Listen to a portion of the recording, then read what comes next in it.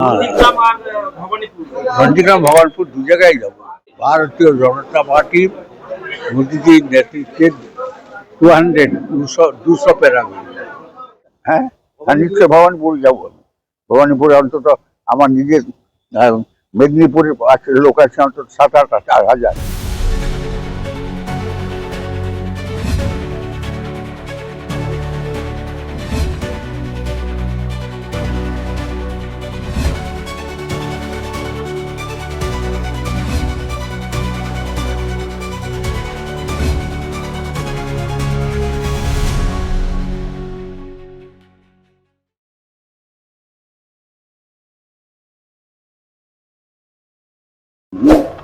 ঠিক আছে তো, বলছি এগরার বিধায়ক আপনি ছিলেন, দিব্যেন্দু বাবু ফের ওখানে প্রতিদ্বন্দ্বিতা করতে চলেছেন।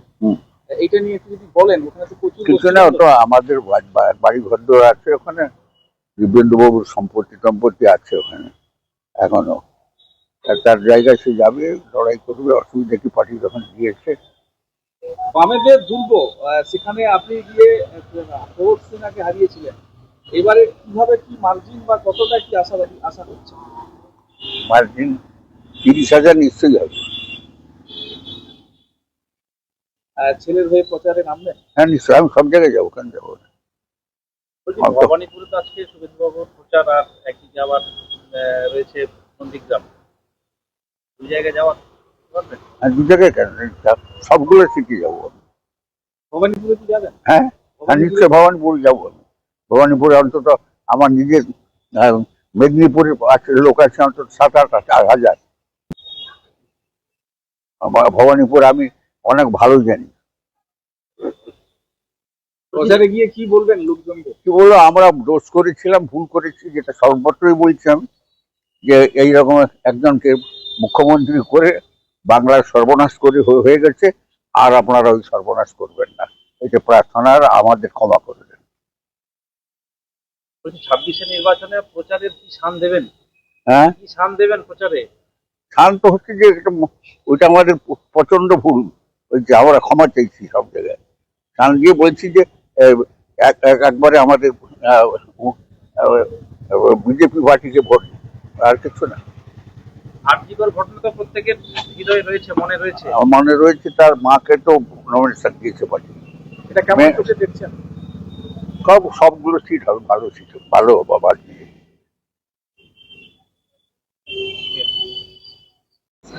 ভোট এলে মানে আপনার প্রাথমিক অনুভূতি জানার চেষ্টা করবো, 2026-এ কেমন মনে হচ্ছে ভোটটা? 2026-এ 200 পার করবে মিনিমাম। ভারতীয় জনতা পার্টি মোদীজির নেতৃত্বে 200 পেরাবে। বিরোধীদের প্রার্থী তো সব যা কি ধরনের প্রার্থী হচ্ছে আপনার জানা আছে, আমি মন্তব্য করব না। এটা বীরেন শাসমলের মাটি, সুধীর দাস রাসবেরি পালের মাটি। এই মাটিতে কি ধরনের লোকের প্রার্থী হওয়া উচিত, যারা অপোজিশনের যা প্রার্থী হয়েছে, আমি তাদের সম্পর্কে কোনো মন্তব্যই করতে চাই না। কিন্তু ভগবান এদের মঙ্গল করুক। আরো কিছুদিন এরা কাঁথির মাটিটা কি ওই সম্পর্কে জানবার চেষ্টা করুন। আপনি বলছিলেন যে ভবানীপুরে বহু মানুষ রয়েছে। হ্যাঁ, হ্যাঁ, যাবো। না, করে এর মধ্যে চটকট চলে যাবো। নন্দীগ্রাম ভবানীপুর দু জায়গায় যাবো, সব জায়গায় যাবো।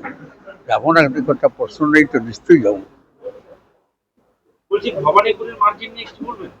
মার্জিন আমি আর একটু পরে বলবো, কারণ আমার সবটা আমার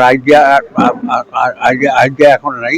অনেকদিন আমি ভবানীপুরে বসবাস করেছি। এখন আমার যে ফ্ল্যাটটা আছে এটা ভবানীপুরে বড়ারে একবারে কাছাকাছি, খুব কাছাকাছি, 5 মিনিটের ব্যাপার। আমি একটু ঘুরে এলেই হাওয়াটা বুঝতে পারবো। এতদিন ধরে তো আপনি বিভিন্ন যে নির্বাচনগুলো সামনে এসেছেন, সেক্ষেত্রে নতুন করে 2026-এ প্রার্থীদের নতুন টিপস কিছু দেবেন আপনি? না, টিপস মানে সরকারি দল তার বিশ্বাসযোগ্যতা একেবারে নষ্ট হয়ে গেছে, এবং যা সব প্রার্থী করেছে একবারে চ্যাম্পিয়ন ব্যারিস্টার। একবারে যারা সুপ্রিম কোর্ট, হাইকোর্ট পর্যন্ত তিরস্কার করে যে পার্টিকে, সে পার্টি সম্পর্কে আর মানুষ আমরা কি বলবো? চিফ জাস্টিস সুপ্রিম কোর্ট বলছেন ডাকাতি কেস দিতে হবে পার্টির লিডারের বিরুদ্ধে। ডাকাতি কেস হওয়া উচিত, তার মানে ওই পার্টির সম্পর্কে আর কোনো মন্তব্য করা উচিত? গত 1 বছর ধরে আপনি বিভিন্ন মঞ্চে বলে আসছেন যে এই দলটাকে আপনারা সমর্থন করে বা এই দলটাকে নিয়ে ভুল করেছেন, তার খেসারত দিতে হচ্ছে রাজ্যবাসীকে। সে তো বটে। সেটা কি ভবানীপুরে দাঁড়িয়ে এবার বলবেন? হ্যাঁ, তা তো নিশ্চয়ই বলবো। আমি তো বড় বস্তরে ক্ষমা চাইছি লোকের কাছে যে আমরা অত্যন্ত ভুল করেছি। এই মানুষকে হাত ধরে যদি ট্রেনে কলকাতা থেকে না বার করতাম, কোলাঘাট পুল পার করে না নিয়ে যা আসতাম, তাহলে একে চিনত না, কেউ চিনত না। স্যার, প্রথমে সিএম নিউজ মিডিয়া আপনাকে স্বাগত। নমস্কার। হাই ভোল্টেজ কেন্দ্র ভবানীপুর, সেখানে মমতা ব্যানার্জি কর্মীদের নিয়ে একটি মিটিং করেন। সেখানে বলা হয় যে মমতা ব্যানার্জিকে টার্গেট বেঁধে দেওয়া হয় যে 60,000 ভোটে জেতাতেই হবে ভবানীপুর থেকে, কি বলবেন? সে তো একটা দল তার টার্গেট সেট করতেই পারে। তৃণমূলে নানা রকম টার্গেট সেট হয়। কে কত তোলা তুলে দিতে পারে, 75%, 25%, তার মধ্যে কে ঝেড়ে নিয়ে সব পুরো ঝেড়ে দিয়ে পালিয়ে যায়। তো তৃণমূলে ওরকম টার্গেট সেট হয়, তোলাবাজির টার্গেট সেট হয়, কে কত তুলতে পারে তার টার্গেট সেট হয়। এবারে ভোটের টার্গেট সেট হচ্ছে, করতেই পারে একটা রাজনৈতিক দল যদি টার্গেট সেট করে, আমার কি বলার আছে? টার্গেট করার জন্য কি করবে সেটা ওদের ব্যাপার। তবে যত টার্গেট সেট করো না কেন, ভবানীপুরে ভারতীয় জনতা পার্টি প্রার্থী জিতবেন, কোনো চিন্তা নেই। অভিষেক বন্দ্যোপাধ্যায় সেই মিটিং এ বলেন যে প্রত্যেককে এটা শিওর করতে হবে যে 5টা করে ভোট এবার যেন বাড়ে। তার মানে কোথাও কি উস্কানি দিচ্ছেন সাবপারিং এর জন্য? না, প্রত্যেককে যদি অ্যাসিওর করতে হয় 5টা করে ভোট বাড়ে, সে যদি শান্তিপূর্ণভাবে ভোট বৃদ্ধিটা অ্যাসিওর করে, আমাদের আপত্তির কিচ্ছু নেই। যে কোনো মানুষ তো প্রার্থীর কাছে, মানে ভোটারদের কাছে যেতে পারে, তাদের বোঝাতে পারে, তাদের কাছে চাইতে পারে যে আপনারা এই দলকে ভোট দিন, করতেই পারে, তাতে আমাদের কিচ্ছু যায় আসে না। যাক না, কি আছে, গণতান্ত্রিক সমাজ তো এটা। ভবানীপুরকে বলা হয় তৃণমূলের গড় বা মমতা বন্দ্যোপাধ্যায়ের গড়। সেখানে দেখা যাচ্ছে উনি কি এই মুহূর্তে নিজের জায়গাতেই ভয় পাচ্ছেন? কারণ দেখা যাচ্ছে বিজেপির যে পার্টি অফিস, সেখানে তার সামনে বয়কট বিজেপি ফ্লেক্স লাগানো হচ্ছে, শুভেন্দু অধিকারীর ফ্লেক্স ছিঁড়ে ফেলা হচ্ছে। এগুলো উস্কানি দেওয়ার একটা প্রবণতা, ঝগড়াঝাটি করে যাতে মানুষকে ভয় দেখিয়ে দেওয়া যায়। আহ, ওরা বরানগরে একই কাণ্ড করেছিল, বিজেপির পার্টি অফিসের ফ্লেক্সের উপরে ফ্লেক্স টাঙিয়ে দিতে গিয়েছিল, ওখানে আপত্তি করতে ঝামেলা বেঁধে গিয়েছিল। কিন্তু একটা জিনিস ওদের স্পষ্ট করে বোঝা উচিত, এবার কিন্তু মমতা ভার্সাস জনতা, আর কোনো ব্যাপার নেই। মমতা ভার্সাস জনতা, জনতা নেমে পড়ছে। যখন ব্রিগেডে মিটিং এ এত মানুষ এলো, তাকে বাসি ইট ছুঁড়ে বাস ভাঙচুর করেছিল, অনেকের মাথা ফেটেছে, হাত কেটেছে। মানুষ নেমে এসছে রাস্তায়, পাশে দোকানদার হকাররা তারা নেমে পড়েছে রাস্তায়। ফলে এখন মমতা ভার্সাস জনতা, একেবারে ব্যাটল লাইন ড্রন, কিচ্ছু করার নেই। যাই করুক না কেন, মানুষ রাস্তায় নামছে। তিনি কর্মীদের বলছেন একটু খেয়াল রাখবেন, ভোট শেষ হওয়ার পর বাড়ি চলে যাবেন না, লোডশেডিং করে দেওয়া হতে পারে।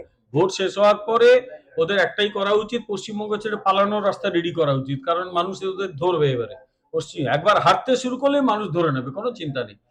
আজাদ যা করেছে 15 বছর ধরে, মানুষ তার হিসাব নেবে তো। মাননীয় প্রধানমন্ত্রী বলে গেছেন তো, চুন চুন চুন চুনকে হিসাব লেনা হোগা, মানুষই নিয়ে নেবে, চিন্তা নেই। এই যে চুন চুনকে হিসাব ভঙ্গে প্রধানমন্ত্রী বলে গেছেন, এটাকে খুনের আশঙ্কা ভাবছেন মুখ্যমন্ত্রী মমতা না, এটা বন্দ্যোপাধ্যায়। খুনের কোনো ব্যাপার নেই। যারা অন্যায় করেছে, যারা তোলা তুলেছে, তারা মানুষকে হিসেব দেবে। আমি একটা ছোট্ট উদাহরণ দিই। এই যে 26,000 লোকের চাকরি চলে গেল, তার মধ্যে একটা অংশ তারা মানে বেআইনি ভাবে চাকরি পেয়েছিল। কিভাবে? টাকা পয়সা দিয়ে, ঘুষ দিয়ে চাকরিটা পেয়েছিল। এখন তাদের চাকরি গেছে, শুধু তাই নয়, তাদের সুদ সমেত টাকা ফেরত দিতে বলেছে। এই সরকার এখনো অব্দি সেটাকে ইমপ্লিমেন্ট করেনি। ধরা যাক সেটা ইমপ্লিমেন্ট করা হলো, সেই লোকগুলো কি করবে? যারা জমি বাড়ি বিক্রি করে ঘুষ দিয়েছিল, তারা সেই লোকগুলো বাড়ি গিয়ে হামলা করবে যে ফেলো আমাদের টাকা সুদ সমেত। কি হবে তখন? চুন চুন করে হিসেব মানুষ নিয়ে নেবে, কোনো চিন্তা নেই। মানুষের কাছ থেকে লাখ লাখ টাকা তারা তুলে যে মানুষ ছেড়ে দেবে নাকি? ফলে ওই চুন চুন করে হিসেব, মাননীয় প্রধানমন্ত্রী সব খবর নিয়েই বলেছেন যে চুন চুন করে হিসেব মানুষ নেয়, মানুষ মানুষের হিসেব নেয়। সিপিএম এর কাছ থেকে নিত, ওরা এরা করলো কি, সিপিএম লোকগুলোকে নিজের দলে ঢুকিয়ে নিল। মানুষ ওটা শুনবে না, আর এই হিসাব নিয়েই ছাড়বে, কিচ্ছু করার নেই। আইপিএস আইএএস এর বদলি প্রসঙ্গে কল্যাণ বন্দ্যোপাধ্যায় মামলা করেছেন হাইকোর্টে। করুন, অসুবিধা কিচ্ছু নেই, যে কেউ মামলা করতে পারে। সে তো চিংড়িঘাটার মেট্রোর ইয়ে নিয়ে তো মামলা করেছিলেন। কালকে সুপ্রিম কোর্ট কি বলেছে? গুছিয়ে থাপ্পড় মেরেছে, বলে জীবনে দেখিনি যে একটা রাজ্য উন্নয়নকে এভাবে আটকাতে পারে। আপনাদের কাছে উৎসবের জন্য পুলিশ আছে, এই একটা 72 ঘন্টা কাজের জন্য পুলিশ নেই। ঠাট্টাই আর কি পেয়েছেন আপনারা? গালি শুনে চলে এসছে। আমি আবার বলছি, আবার ওরা ঝামেলা পাকাবে, আবার গিয়ে রিভিউ পিটিশন দেবে, এইসব করবে। এটা একটা অদ্ভুত সরকার। এরা উন্নয়ন করে না, উন্নয়নের বিরুদ্ধে চলে যায়, এরা চুরি করে, চোরের পক্ষে থাকে। আমি জীবনে আমার মানে বহুদিন ধরে আমি রাষ্ট্রবিজ্ঞান চর্চা করছি, পশ্চিমবঙ্গের রাজনীতি চর্চা করছি, এহেন সরকার আমি আমার জীবনে দেখিনি। কোন সরকার এই কাণ্ড করতে পারে? আইপিএস আইএএস দের বদলি প্রসঙ্গে জ্ঞানেশ কুমারকে চিঠি দিয়েছেন মুখ্যমন্ত্রী। তিনি বলছেন যে মার্চ এপ্রিল মাসে ঝড় বৃষ্টি সাইক্লোন হয়, তখন সামলাবে কে যদি আইপিএস আইএএস দের বদলি করে দেওয়া হয় এখন? সেটা জ্ঞানেশ কুমার কি করে আমি তো বলতে পারবো না। কিন্তু এটাও তো ঠিক যে ঝড় বাদলা সামলানোর জন্য আইএস এর নিশ্চয়ই দক্ষ আইএস থাকা উচিত, এবং সেই থাকা সরকারকে এনশিওর করতে হবে যারা বদলি হয়ে গেছে তার বাইরে কি আর ঝড় বৃষ্টি সামলানোর লোক নেই? প্রচুর লোক আছে। এগুলো আর কিচ্ছু নয়, লেমস এক্সকিউজ। এগুলো ওই লোকগুলোকে এখানে রাখার চেষ্টা, আর কিচ্ছু নয়। ঝড় বৃষ্টি কোনো আমলা সামলাতে পারবে না, আমলাগিরি কি করতে আছে? সবাই সামলাতে পারবে। আজ আইপ্যাক মামলার শুনানি চলছে সুপ্রিম কোর্টে। কপিল সিব্বল তিনি সওয়াল করছেন বিচারপতিকে যে আপনারা কি তার মানে ধরে নিচ্ছেন যে মুখ্যমন্ত্রী অপরাধী? বিচারপতিরা কি বলেছেন ভালো করে শোনো। বিচারপতিরা পরিষ্কার বলেছেন যে একজন মুখ্যমন্ত্রী এরকম কাজ করেছেন। আজকে বিচারপতিরা মোটেই ভালোভাবে নেননি ঘটনাগুলো। তাই সওয়াল যাই করো না কেন, আমি সামান্য আইন বুঝি, তাতে বুঝে গেছি যে এটা ফেঁসে গেছে আর কি, সাংঘাতিক ফেঁসে গেছে। এই মানে ইডির কাছ থেকে ফাইল কেড়ে নেওয়ার ফল এদের ভোগ করতে হবে। এই মামলার শুনানি প্রসঙ্গে কপিল সিব্বল বলেন যে এই মামলার তদন্ত পুলিশকে দেওয়া উচিত। এই মামলার তদন্ত কাকে দেওয়া হবে সেটা সুপ্রিম কোর্ট ঠিক করবে। আর পশ্চিমবঙ্গ পুলিশকে তদন্ত দিলে তারা তো কি তদন্ত করবে সকলেই জানে। ন্যাচারালি সুপ্রিম কোর্টের হাতেই রয়েছে এটা। আর ইডি কাজ করেছিল কোর্টের নির্দেশে। ইডি যদি কোনো দাবি করে সুপ্রিম কোর্ট সেটা শুনবে। আমি আশা করব সুপ্রিম কোর্ট সঠিক বিচার দেবে। এমন বিচার হওয়া উচিত যাতে আগামী দিনে এই ধরনের ঘটনা কেউ ঘটাতে না পারে। এখনো ভোট শুরু হয়নি, দেখা যাচ্ছে ভোটের প্রচারে বিজেপি প্রার্থীদের ওপর হামলা করা হচ্ছে, মেরে ফেলাও হয়েছে। এরা ভয় পেয়েছে, প্রচন্ড ভয় পেয়েছে, তা নাহলে এই কাণ্ড করতো না। এরা ভয় পেয়েছে বলেই মারামারি রাস্তায় যাচ্ছে। সুতরাং এদের ভয় আগামী দিনে অনেক বেশি পেতে হবে এই শাসক দলকে, যখন এরা শাসক আর থাকবে না। মানুষকে ভয় দেখাচ্ছে তো ওরা, মানুষ কি যে রাস্তায় নামবে ওরা এখনো জানে না। অপেক্ষা করুন। আমরা বলি না ওয়েট অ্যান্ড সি, আমি শাসক দলকে বলবো পশ্চিমবঙ্গে wait and see what happens. Mamata Banerjee কিছুদিন আগে তার দলের ম্যানিফেস্টো প্রকাশ করেছে, সেখানে 10টা যে প্রধান তিনি বক্তব্য রেখেছেন তার মধ্যে কোথাও শিক্ষা, শিল্প, হাসপাতাল কোনো কিছুরই উল্লেখ নেই, শুধু ভাতা এসবের উল্লেখ রয়েছে। আমি একটা কথা বলি, আচ্ছা এই ম্যানিফেস্টোটা বেরোলো কেন আমি তো বুঝে উঠতে পারছি না। কারণ ওরা বলে দিয়েছে আমরা সব কাজ করে ফেলেছি।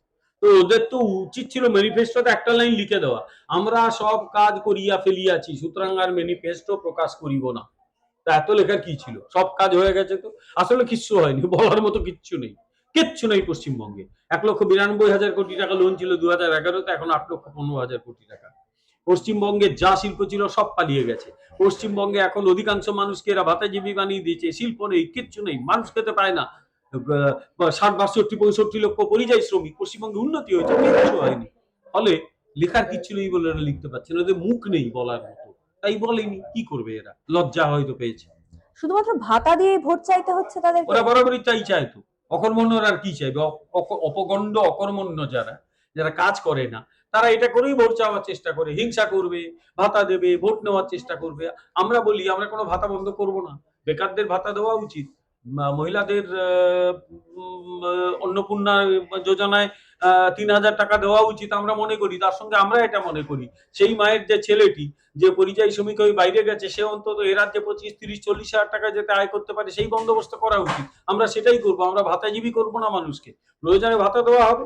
আবার তারা যাতে কাজ করে খেতে পারে সেই বন্দোবস্ত করবো, তাতে তাদের সামাজিক মর্যাদা বাড়বে, ইকোনমি বাড়বে।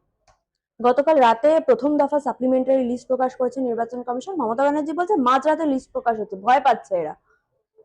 মাঝরাতে তো অনলাইন বেরিয়েছে, তো সে মাঝরাতেও দুপুর হোক সন্ধ্যাবেলা হোক তো অনলাইনে বেরিয়েছে, তো আর ঘটা করে কেউ টাঙাতে যায়নি। তাই ওইটা নিয়ে একটা হাস্যকর কিছু খবর কাগজেও দেখলাম এই কাণ্ড করেছে। তো এগুলো বলার জন্য বলেছে, আর কিছু। এই যাদের নাম বাদ গেল তারা কি করবে এবার?